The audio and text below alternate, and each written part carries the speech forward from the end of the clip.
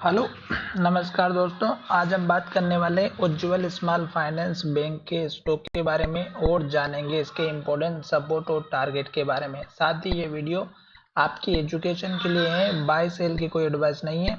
फिर भी आप ट्रेड करते हैं तो अपने फाइनेंशियल एडवाइजर से कंसल्ट करें। तो चलिए वीडियो की शुरुआत करते हैं। सबसे पहले अगर आप यहाँ पर देखेंगे तो हम चलते हैं वीकली चार्ट की तरफ, और वीकली चार्ट में आपको यहाँ पर एक अच्छा सा जो इम्पोर्टेंट लेवल्स होता है वो आपको समझाने वाला हूँ।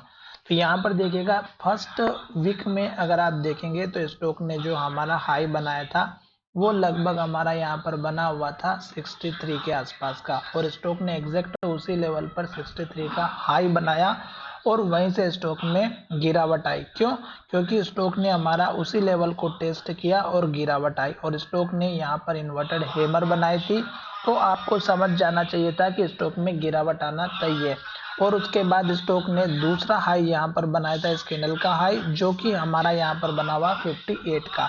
तो यहाँ पर ये समझाने का जो मेरा मतलब है वो है हमारा यहाँ पर इस कैंडल के माध्यम से कि स्टॉक जब अपना पुराने हाई के पास आया तो स्टॉक ने रेड कैंडल बनाए, फिर स्टॉक ने ऊपर जाने की कोशिश की पर स्टॉक ने फिर से रेड कैंडल बनाए, फिर स्टॉक ने ऊपर जाने की कोशिश की पर स्टॉक फिर से इसी लेवल को टेस्ट किया और स्टॉक में गिरावट आई। और यहाँ से अगर आप देखेंगे तो रियल गिरावट यहाँ से आई, क्योंकि स्टॉक तीसरी चौथी बार यहाँ पर आया और स्टॉक ने लो बहुत ही नीचे की तरफ क्लोजिंग दी थी। और उसके बाद देखेंगे तो एक के बाद एक स्टॉक ने रेड कैंडल बनाई, लो बनाया, और लो बनाते बनाते स्टॉक ने यहाँ जाकर के बनाया। तो अब जब तक स्टॉक रेड कैंडल में था, रेड कैंडल के साथ स्टॉक ने लो बनाया था, आपको इंटर नहीं करना था, क्योंकि ये हमारा वीक का चार्ट है। और वीक के चार्ट में अगर आप देखेंगे तो स्टॉक ने जो लो बनाया वो लगभग हमारा 43 रुपीज़ के आसपास का बना है। तो यहाँ पर आप देखिएगा 43 रुपीज़ के आसपास का लो बना और स्टॉक ने यहीं से फिर से ऊपर जाने के लिए तैयारी की।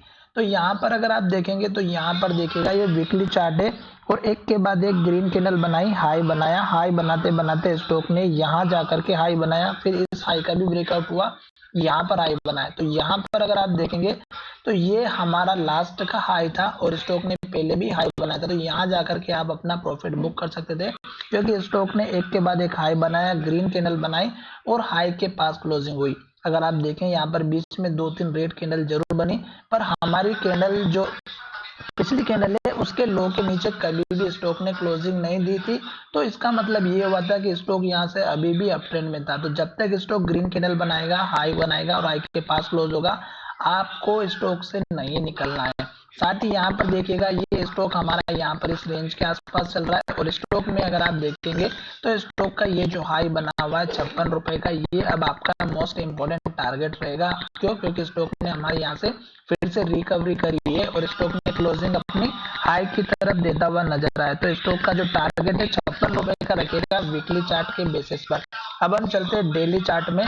तो डेली चार्ट का जो डेटा है वो अगर आप देखेंगे तो यहाँ पर स्टॉक हमारा 200 डेज का जो मूविंग एवरेज है, स्टॉक इसके आसपास चल रहा है। और स्टॉक में यहाँ पर देखिएगा स्टॉक ने पहले भी लो बनाया था, पहले भी स्टॉक ने हाई बनाया था, फिर यहाँ पर स्टॉक ने लो बनाया था 54 रुपए का, और यहीं पर स्टॉक का बार बार जो है रेजिस्टेंस लग रहा है। तो ये जो 54 रुपए का लेवल है ये अब आपका पहला छोटा सा टारगेट है, जो कि यहाँ पर आपको अच्छे से दिखाई देगा। दूसरा टारगेट आप यहाँ पर रखिएगा 56 रुपए का, जो कि मैंने आपको ऑलरेडी बता दिया है माध्यम से, वीकली चार्ट के माध्यम से। अब यहाँ पर मैं आपको ये चीज क्यों समझा रहा हूँ, क्योंकि स्टॉक अपना बिल्कुल ही डाउन ट्रेंड पे चल रहा था और स्टॉक ने इस लो के ऊपर यहाँ पर लो बनाया था, और ये लो जो था ये हमारा 50 रुपए का था, और स्टॉक ने एग्जैक्ट हमारा इसी कैंडल के इसी लो के पास में सपोर्ट लिया और यहाँ पर फिर से हमारी हैमर कैंडल बनाई है।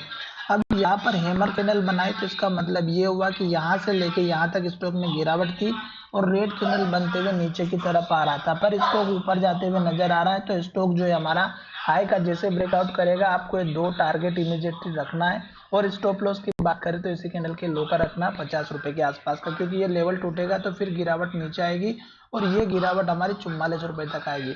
अब स्टॉक अपने हाई के पास चल रहा है, डेफिनेटली स्टॉक अप ट्रेंड में अगर रखना है तो स्टॉक को यहाँ इस लो को नहीं तोड़ेगा, स्टॉक इस हाई का ब्रेकआउट करके ऊपर की तरफ जाएगा। और 200 दिनों के मूविंग एवरेज भी यहाँ पर स्टॉक में ट्रेडिंग करता हुआ नजर आ रहा है, मतलब मूविंग एवरेज के आसपास चल रहा है। अब यहाँ पर देखिएगा कि स्टॉक में गिरावट जब आएगी तो आपको क्या संकेत मिलेगा। पहला कि यहाँ पर ये स्टॉक अपने हाई के पास आ चुका है, तो ये जो लेवल है स्टॉक का जो हाई लेवल है ये आपका यहाँ पर एक तो टारगेट का काम करेगा, और जब स्टॉक इसके पास आएगा तो फिर आपको सतर्क हो जाना है, क्योंकि स्टॉक का ये जो टारगेट है ये हमारा 61 का है, और यहाँ पर 61 के आसपास आते से स्टॉक में हमें संकेत मिलना स्टार्ट हो जाते हैं।